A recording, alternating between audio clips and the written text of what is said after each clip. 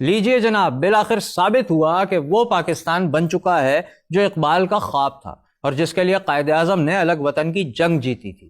آج اس ملک میں تمام کرپٹ سیاستدان مر چکے ہیں، بدعنوانی جڑ سے اکھاڑی جا چکی ہے، تعلیم کے میدان میں ہم پہلے نمبر پر ہیں، ہماری صحتیں قابل رشک ہو چکی ہیں، ڈالر 100 روپے کا ہو گیا ہے اور انسان کی بنیادی غذا یعنی دودھ 60 روپے لیٹر کے حساب سے گلیوں میں بہہ رہا ہے۔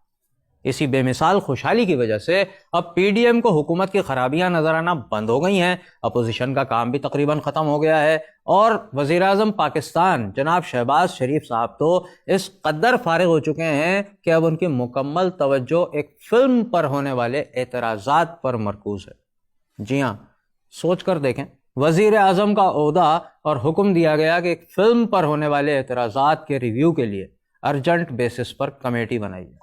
کتنا اہم کام ہے نا، ہونا بھی چاہیے، کیونکہ باقی معاملات میں تو پاکستان نے اپنے قدموں میں پوری دنیا کو جھکا لیا ہے، اب فلموں کی ریلیز ہی سب سے اہم ایشو رہ گیا ہے۔ اب دھیان سے 1 منٹ اور سنیے گا اور پھر بتائیے گا کہ آپ کا دل کیا کہتا ہے۔ فلم ہے جوائے لینڈ، بنانے والا انتہائی متنازع پروڈیوسر سرمد کھوسٹ، جو ہم جنس پرستی کا کھلا حامی ہے اور اپنی ویب سیریز میں گے کا کردار ادا کر چکا ہے۔ جوائے لینڈ کی تیاری میں لاس اینجلس کی بھارتی نژاد پروڈیوسر اپوروا گرو چرن بھی شامل ہے۔ فلم کا پلاٹ ایک ٹرانسجینڈر وومن کی محبت کے گرد گھومتا ہے۔ جی ہاں، ٹرانسجینڈر، وہی مخلوق جس کی حفاظت کے لیے مغرب کے غلاموں نے پاکستان میں ٹرانسجینڈر ایکٹ بنایا، وہی ٹرانسجینڈر جس کی حیثیت اس وقت پاکستانی کورٹ میں چیلنجڈ ہے، اور وہ ٹرانسجینڈر وومن کس کو کہتے ہیں؟ وہ مرد جو خود کو عورت قرار دے، اور اس فلم میں ایک مرد اس ٹرانس وومن کی محبت میں گرفتار ہو چکا ہے، یعنی 2 مردوں کی محبت، یعنی ہم جنس پرستی۔ فلم پر سرمایہ لگایا امریکن کمیونٹیز نے۔ کون سی کمیونٹیز؟ LGBTQ کمیونٹیز اور ان کی حامی قوتیں۔ فلم کی سٹوری لائن میں صاف لکھا ہوا دیکھ سکتے ہیں کہ یہ LGBTQ+ کیٹیگری کی فلم ہے۔ اس فلم کو انٹرنیشنل کینز فلم فیسٹیول میں اسٹینڈنگ اوویشن ملتا ہے اور دیا جاتا ہے کوئر پام ایوارڈ، جس کی اپنی ویب سائٹ پر بڑا لکھا ہوا ہے کہ یہ ایوارڈ ہم جنس پرستی کے موضوع پر بننے والی بہترین فلموں کو دیا جاتا ہے۔ اس ایوارڈ کے 5 ججز ہیں، جن میں سے 3 کا تعلق فرانس سے ہے۔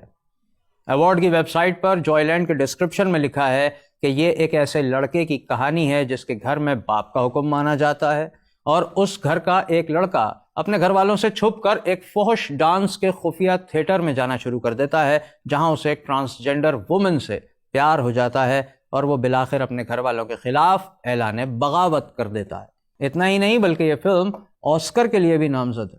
یہ خود کو اداکار اور سیاستدان کہنے والے، ایکٹیوسٹ اور جرنلسٹ کہنے والے یقیناً اندھے تو نہیں ہیں۔ اگر آپ کو یہ سارے کنیکشن صاف نظر آ رہے ہیں تو ان کو بھی نظر آتے ہوں گے، پھر ان کا مقصد آخر ہے کیا؟ پیپلز پارٹی کے فرحت اللہ بابر صاحب ٹرانسجینڈر کے حق میں عدالت پہنچ گئے۔ ہمایوں سعید، ثانیہ سعید، سیمی راہیل اور دیگر جو خود کو پاکستانی اداکار کہتے ہیں، ٹرانسجینڈرز کے حق میں اس فلم کو ریلیز کروانے کی کوششوں میں مصروف ہیں۔ شاہ زیب خانزادہ پاکستانی جرنلسٹ کہلاتے ہیں، لیکن فلم کے ڈائریکٹر کو اسٹوڈیو میں بلا کر پروگرام کرتے ہیں اور عوام کی نظروں میں دھول جھونکنے کی کوشش کرتے ہوئے یہ بتانا چاہتے ہیں کہ اس فلم میں کوئی قابل اعتراض بات موجود نہیں ہے۔ ان کے انداز سے جو دکھ جھلک رہا ہے اس کا ایک نمونہ آپ بھی دیکھ لیں۔ ایک ایسی فلم جس کی دنیا بھر میں پذیرائی ہوئی ہے، ایوارڈ ملے ہیں، ناقدین نے اس کو سراہا ہے، لیکن جب پاکستان میں اس کی نمائش کی باری آئی تو محض ایک نوٹیفیکیشن کے ذریعے اس کی ریلیز کو روک دیا گیا ہے۔ یہ دکھ اپنے انداز سے سب ظاہر کر رہا ہے کہ ان کی ترجیحات کیا ہیں۔ فلم ڈائریکٹر کا بھی ایک جھوٹ آپ کے سامنے رکھ دیتے ہیں۔ سینسر بورڈ نے بھی کچھ نہیں کہا آپ سے، جو 3 سینسر بورڈز نے اپروو کیا انہوں نے کوئی ایسا اعتراض نہیں اٹھایا؟ نہیں، سینسر بورڈ نے ہم سے شاید 2 الفاظ کی کو بیپ کرنے کو کہا، اسلام آباد نے ہم سے 2-3 اور چیزیں کرنے کو کہا، پنجاب نے بھی 1-2 چیزیں، ہم نے وہ ساری کر کے ہماری فلم تو تیار تھی لگنے کے لیے 18 نومبر کو، اور ان میں سے کوئی بھی ایسی چیز نہیں تھی کہ ہمارے اقدار کے خلاف ہے وہ چیز۔ جھوٹ یہ ہے کہ صرف اسلام آباد سینسر بورڈ نے جو اعتراضات اٹھائے تھے نا، ان کی تعداد 13 ہے۔ دیگر جگہ کا ڈیٹا اور اسٹیٹس ہمارے سامنے موجود نہیں ہے، صرف اسلام آباد کے سینسر بورڈ نے 13 اعتراضات اٹھائے ہیں۔ جن الفاظ اور مناظر کو ہٹانے کے بعد سرٹیفکیٹ دیا گیا ان کی لسٹ آپ کے سامنے ہے۔ اسی سے اندازہ لگاتے جائیں کہ یہ کس قسم کے خاندانوں کی اقدار ہو سکتی ہیں، اور ان الفاظ کو پڑھنے کے بعد ذرا شاہ زیب خانزادہ کے عزیز مہمان فلم جوائے لینڈ کے ڈائریکٹر کی گفتگو سنیں۔ ایک فیملی کی کہانی، ایک خاندان کی کہانی ہے، مجھے اس میں بہت طرح سے اپنا خاندان ہی نظر آتا ہے۔ اگر آپ دیکھیں گے یا کوئی بھی پاکستانی دیکھے گا تو آئی تھنک اس کو اس فلم میں اپنے خاندان کی جھلکیاں، اپنے بہن بھائیوں کے، اپنے ابو کی جھلکیاں نظر آئیں گی۔ کیا یہ الفاظ آپ کے خاندان کی اقدار ہیں؟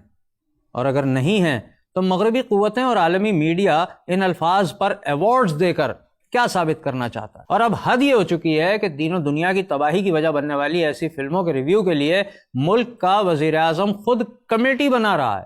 قوم مہنگائی سے لے کر صحت تک ہر قسم کے عذاب میں جکڑی ہوئی ہے، اور وزیر اعظم صاحب کے لیے اہم ترین مسئلہ جوائے لینڈ کی ریلیز ہے۔ میں آپ سے سوال کرتا ہوں کہ کیا اسلام کا، پاکستان کا، میرے اور آپ کے گھروں کا یہی کلچر ہے جو ان فلموں اور ڈراموں میں دکھایا جاتا ہے؟